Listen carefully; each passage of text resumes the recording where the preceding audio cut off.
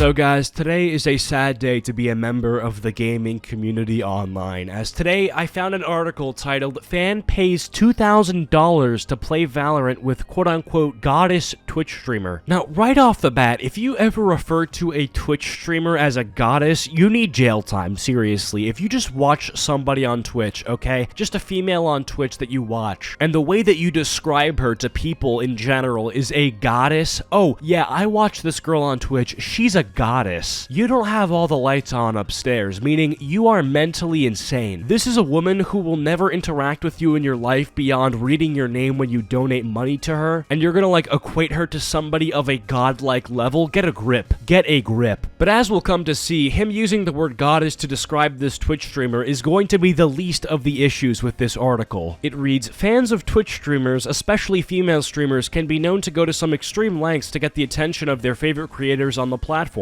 For some streamers, this can result in some scary situations, such as one Russian streamer who had a fan break into her house and leave a message on her door. Pokimane, one of the most popular streamers on Twitch, has also suffered from fans finding out her home address and showing up at her house." I don't know what it is, but all these female Twitch streamers always seem to have some crazy freakazoids in their audience. Now, I'm not blaming these streamers whatsoever, okay? I'm not gonna victim blame here, but these people always have some, like, freaks in their audience. Why is that? Why are some, like, deranged psychos who have literally no interaction with women IRL so drawn to these screen women, like just women on the screen all the time? And apparently they're so drawn to these women that apparently one of them will drop $2,000 to play Valorant with them. So this streamer actually tweeted about this situation because, as you can imagine, it's pretty crazy, and I'm gonna read these messages, okay? So the streamer gets a message from Anonymous that says, "Hi," and then after 20 minutes of no response, he says, "I saw your Twitter. Would you like to play a couple games? Please, I will pay." And the streamer responds with, "How much?" Anonymous, "How much do you want?" Now already this guy's bargaining skills are sub-zero. You don't just ask, "How much do you want?" You send her an offer, a lowball offer, so then she can counter with a little bit higher price, and then you'll settle on that. Listen, I'm not even in the business to pay screen women to play video games with me, but even I know when I'm getting ripped off. Listen, if you are dumb enough to make the financial investment to pay somebody on the internet to play video games with you, you at least better be showing some goddamn hustle. Like, at least say, "Hey, I'll do 20 bucks. Any more than that, you're actually scamming me." But this sucker let her name her own price, GG. And you can see how much the streamer wants. Streamer, 2K, lol. Just kidding. Anonymous says, "Okay, send details." Streamer says, "Are you serious?" Anonymous says, "If I can play with a goddess, yes." And then she sends her details. Now, right off the bat, brother, my brother in Christ, if you had this chat log leaked to any member of your family or close friends, how would you feel? Now, if you respond with anything